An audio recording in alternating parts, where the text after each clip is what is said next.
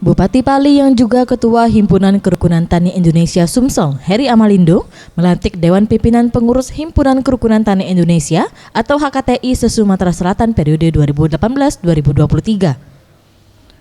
Heri Amalindo meminta kepada seluruh jajaran pengurus HKTI yang baru dikukuhkan agar dapat mewujudkan petani yang maju dan sejahtera di tengah tantangan yang dihadapi saat ini, seperti tingginya fluktuasi harga komoditas, masih rendahnya pengetahuan petani dalam menerapkan teknologi, budaya pertanian yang berakibatkan rentannya tanaman terhadap organisme pengganggu tumbuhan.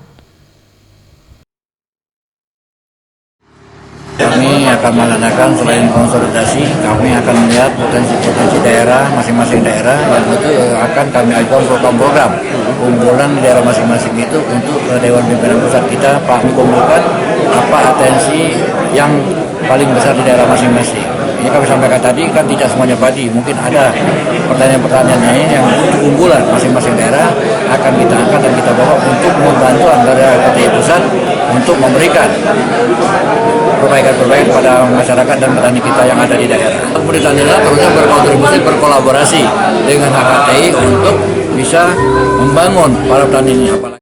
Ia menambahkan kepada seluruh jajaran pengurus HKTI Sumsel dapat melaporkan potensi hasil pertanian di setiap kabupaten kota, serta dapat menyediakan pendampingan petani dalam kegiatan usaha taninya. Selain itu, Ketua HKTI Sumsel, Heri Amalindo, juga mengatakan Himpunan Kerukunan Tani Indonesia sudah melibatkan para pemuda-pemudi tani dalam menggerakkan perekonomian melalui pertanian saat ini. Boris Simbolon, Sriwijaya TV.